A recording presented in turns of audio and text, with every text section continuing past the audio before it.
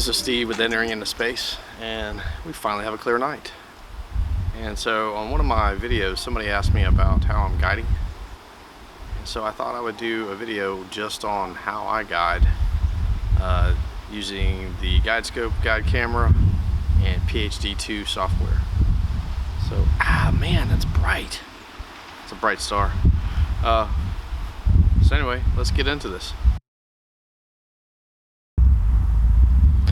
Okay, so this is the Meade 60mm Astromania guide scope. Actually, I ordered it off of Amazon. It's got a 240mm focal length, which is important to know for when you're setting this scope up in PHD2 guiding. Came with the rings, and so I've ordered a small dovetail bracket to actually mount them to. And then obviously this is the dew heater band, very important. And believe it or not, I actually found a batten off mask for it made by Orion through a mistake in ordering. And I got it in, thought I was getting for the big primary scope, but no. Anyway, it fits, and it actually helps focus this guide scope. So for $120 plus, pretty good scope. It's worked very well. Alright, so at the back of the camera is the ZWO ASI 120MC. This is a color CMOS camera. The reason I went with a color CMOS camera is I hoped someday to use it for planetary, so I figured I would get kind of two cameras in one. A lot of people say you need a monochrome camera for guiding, and perhaps I haven't ever used one. But all I can say is this one guides very well. Usually get an RMS error under 1 second, so pretty satisfied with it. It has the port here for the SD4 cable, but I do not use that. So this is the USB 3.0 cable that comes standard with it, and it loops around. Got it tied up here, snakes through the underside, and basically comes around here to my 4-port USB hub. So I've got one cable that goes from my scope all the way to my hooch, my computer. So the cool thing about the camera scope combo, or actually really more the guide scope, is it does have these dials here that kind of let you know where to set it at each time, and that way if you ever take it off, if you're moving something, you just kind of record these settings and you can put it right back, and at least you're in the ballpark setting up for the next night. So believe it or not, this camera was about $130, so you're looking at around $260 for the camera and the guide scope, so not a lot to pay. And then obviously PHD2 is free. That's the software we'll get in here too. We'll get in when it gets dark, but not a lot to pay considering what it does for you. I mean, it really allows you to go from 60 seconds to, now I'm shooting 5-minute subs. So not a lot of money to spend to definitely get longer exposures, and that's where it's at. So let's let it get dark, and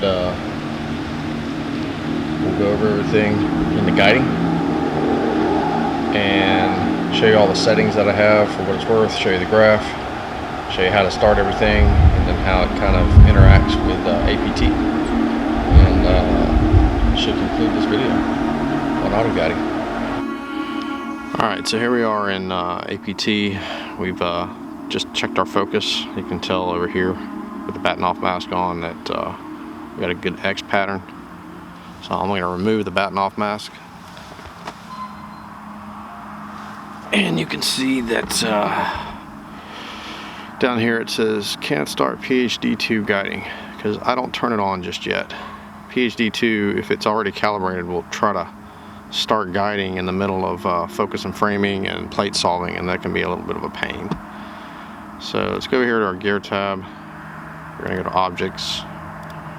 We're gonna go to this custom list here where I've reframed the Elephant Trunk Nebula. I've named it Elephant Trunk Nebula 2. Click OK and click Go To. So telescope is slewing to the target. Alright, so now we're going to go in here to Point Craft, Objects, Elephant Trunk Nebula 2. Click OK. That's the current image, and then we want to center field of view of position, so we just click Object again. OK. Check our camera tab. Make sure we're in the bulb mode. I like ISO 1600, and click Go To ++. And you can tell we're still not connected to PHD2 just yet. I like to get the image framed up, centered, and actually calibrate on the target that I want to shoot that night. Exposure finished. So pretty good star field. So it's slewing the telescope. I'm just adjusting it to the right ascension and declination coordinates that I've plugged in manually into the custom list. Exposure started. Exposure finished. So it should be pretty close. Go to ++ finished. So basically it's happy. If it's happy, I'm happy. Now that it's framed up, let's go in here to PHD2 because that's what this video is all about. Expand it. Go down here to this connect button. Click that. You can see I already got my camera chosen. I've already basically set up a profile, and you'll need to do Profile Manager when you first get this going, and set up your Frankie, I swear to God. Anyway, set up your scope, and it's really important that you put in the correct focal length. And then obviously it's choosing the same. This is your mount with the ASCOM drivers. So we click Connect All. Come down here to the Loop tab, click it, and that's going to put up. Right now I like 2 seconds is what I usually set my looped images for. So we hit Tools up here and scroll down to Auto Star Select. Let that go ahead and choose its own star. And then once you got in there, you're going to hit this green Calibrate button. And so basically what this thing is going to do is it's going to push this star, or let it drift to the west, drift to the east. Then it's going to try to clear the backlash that it's discovered in your mount. Then it's going to drift to the north and then drift to the south, and then nudge it into position and start guiding. And don't freak out, because there are times, especially like in the north steps, I've gotten up to like 40 steps before it starts letting it drift to the south. So right now it's doing its thing. So what we do is we're going to minimize this. We're going to take the time to go back in here to APT and go to our edit button. Alright, so you're never going to believe it, but in the middle of making this video and doing my framing, my computer locked up. So totally had to reboot, shut everything down, and start over. But that is definitely a part of this hobby. So back over here to our guiding tab. We're still going through our steps. So now that it does that, it takes about 2 minutes. So we're going to click Edit. Back over here in the camera tab and APT, we're going to go ahead and set up our imaging sequence. So I just have it listed as the elephant trunk. So over here in exposures, we're going to do 300 seconds. That's 5 minutes. ISO is 1600. We're going to do just a short little pause. I'm dithering on every other frame, so we're going to do a count of 40. Our quality is raw, and we're going to say OK. So it shows up right here as imaging plan 1. And as soon as we're done guiding, we get to hit the joyful button, the start button over here. So let's go back over here and check on our guiding. You can see right now we've gone through a west step and an east step drift. Now we're clearing the backlash. That could take several steps, so don't freak out. And like I was telling you before, the north step for me is typically the longest process. It could be up to like 30 steps. So you see now it's switched over to doing north drift, and you're going to notice the star is going to start drifting off the bullseye. You can actually see it right in here, and that's what it's doing. It's wanting to see how much the star is drifting. Even though I've done a very precise polar alignment and sharp cap, there's still going to be a little bit of a drift just because of the imperfections in the gears in your mount and so on and so forth. So all PHD2 is trying to do, say that 5 times fast, is just trying to see what's going on with your mount tonight with weather and expansion and contraction, and calculate itself to be able to guide your mount properly. Typically, you can see this SNR, signal to noise ratio, that's in relationship to your star. So the higher the number, the better. I have chosen stars like around like M51, the Whirlpool Galaxy. There's not a lot of stars, so it's kind of hard to get a good guide star on that one. So sometimes if you get down into the teens, you may want to choose your own star, which you can, and you just hover over the star and click it, and it'll select that star. But for the most part, using the auto star selecting tools tab is sufficient. So you can see we're up to like 29 drift steps on the north direction. So all it is now is just a waiting game. It's time to Facebook message your friends and tell them you're out and you got clear skies. Rubbing their face. That's what I like to do. So you can see like we're up to 37 steps, and you can see the stars really drifting off. But eventually it'll say south step and start bringing that star back into the crosshairs. And this is all done after we do a rough polar alignment, a good polar alignment either with a pole master or sharp cap, something like that. We focused, which we kind of came in at that step. So this is one of your last steps. So I'm looking down here, it's already, as I was talking, shifted over to the south step. So you should start over here seeing the star kind of sort of come back into place. When this thing says nudging, that's a good thing. That means it's basically just gonna align itself on that star and start guiding. So should be getting close, and you'll start seeing your guide graph come up right here. You can adjust this. It used to be at the bottom. I like it at the top.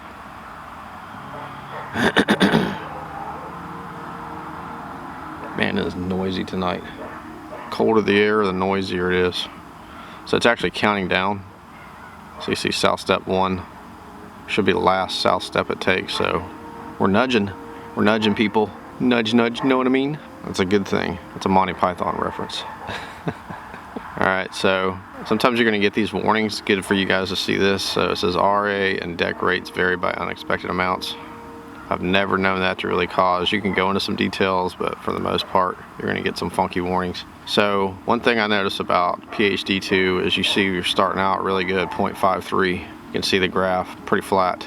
I would say probably about a minute into it, it's going to get a little funky, and it's just working itself out, so don't freak out about that. So one little thing, I was watching like Trevor Jones, Astro Backyard, Chuck KU, watching their tutorials, and their graphs were like super flat right here. And I couldn't figure out what I was doing because, you know, my total RMS was under 1 second.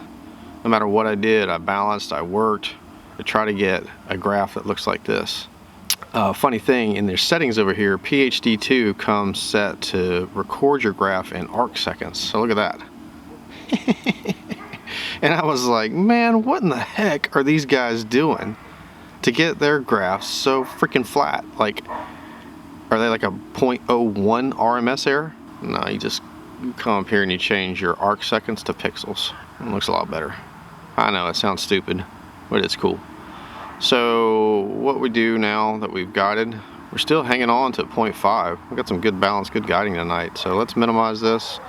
Let's hit this wonderful little start button. Exposure started.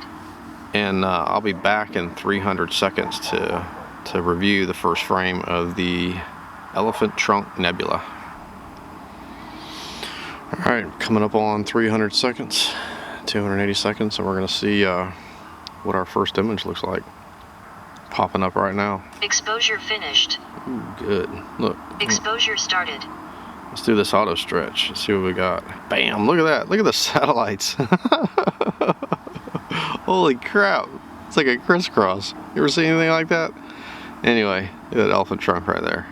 That's pretty badass. So let's go over here and check our guiding, since that's what this video is about. So you can see we're kind of a little over 1, which I told you it kind of has to settle out. So you can clear the mount. Just hit that little clear button. That clears the graph and kind of gets you going again. Doesn't really do anything to the guiding. It just clears the graph, because if you pop something funky in here, and it pushes it over a second, then it's going to stay that way all the way across. So you can see it's got a little struggling right now. But the story is, if we go over here to the computer, go to the local disk, APT images, where I'm doubling up. So my images go to the card and to my computer hard drive. There's my first sub. Right click on it. I'm just going to open it with photos, wait for it to brighten up, and then we'll zoom in. So you can see nice round stars. That's where you really want to look at your image. Sometimes if you're unsure, you may want to pause your imaging sequence just to check out, really get in here and look at it. So there's our crisscross satellites. That's pretty cool. But you can see with this 80mm Meade APO triplet refractor, we got good round stars all the way out to the edge of the field of view. That's with that 3-element series 6000 0.8 times flattener reducer. Look at that little chain of stars right there. That's pretty cool. So cool. So basically, I just wanted to do this quick little video on guiding. And you can see we had a little weirdness right there, but now it's really settled right down. So in the where's it? I think it's in the tool tab. You can come down here to guide assistant, and I would suggest you do that right off the bat. Like when you first get, if you first get into this, just run that guide assistant, because what it's going to do is it's going to basically guide and let the star drift, and then it's going to tell you what to set your aggressiveness for your right ascension and declination at, and your min mod rates at. So these rates came from the suggestions from the guide assistant that I ran really early on. Other than that, I'm sure this program does a whole crap load of other stuff. Like, it gives me a star signal to noise ratio graph up here. I have no idea how to read that, but it looks cool. So don't stress over these numbers. Just look at your images, and they tell the true story. You're going to see a lot of people are going to tell you about your graph and about your RMS error, keeping it under 1 second. But main thing to do was check out your images, and because they're going to tell you the truth. So other than that, I like to keep like I said before, I like to keep my exposures at 2 seconds. I found that to be about the best. Sometimes the guide assistant will tell you to adjust that. You can go up to 2.5 seconds. You can actually do it during guiding, and you can change these rates. See, it did something funky there. I don't know. But you can actually change the aggressiveness. If you start seeing like the declination getting funky, but the right ascension is pretty flat, you can come in here to your declination and just increase the aggressiveness of it, of the guiding of it. So other than that, the only thing I can suggest too is if you're slewing from one target to the next, I've never had to recalibrate. I've never seen it necessary to do that. Some people swear that you have to, but once I calibrate, I do it one time a night and that's it. You do want to hit the stop button and make sure it's stopped. Exposure finished. Because if you're dithering started. Let's look at our next picture. See how many satellites are. Oh, okay. I was like, what? They're back. No. So this is a little auto stretch. You can turn to RGB. Kind of gives you a little better representation. You hit that auto stretch here. Yeah, there's another satellite right there. Man. But you got to hit the C button to clear that. Get it back to normal. And you can see the dither command popping up. But what I was going to say is you better hit that stop button, because if you don't, dithering finished. It won't uncalibrate it, but it'll stop the guiding. Started. God, this woman's interrupting me. It'll stop the guiding, but actually every time you slew to a target, before you even get into your point craft, it's already starting to guide again. So it'll jack up your plate solving if you're doing that. So just make sure you stop it, and then let PHD2 or APT tell it to start it again. So they actually talk to each other. And I think that's just about it for guiding. Go check out our next image. So 40 images to go. Actually, we're 3 of 40.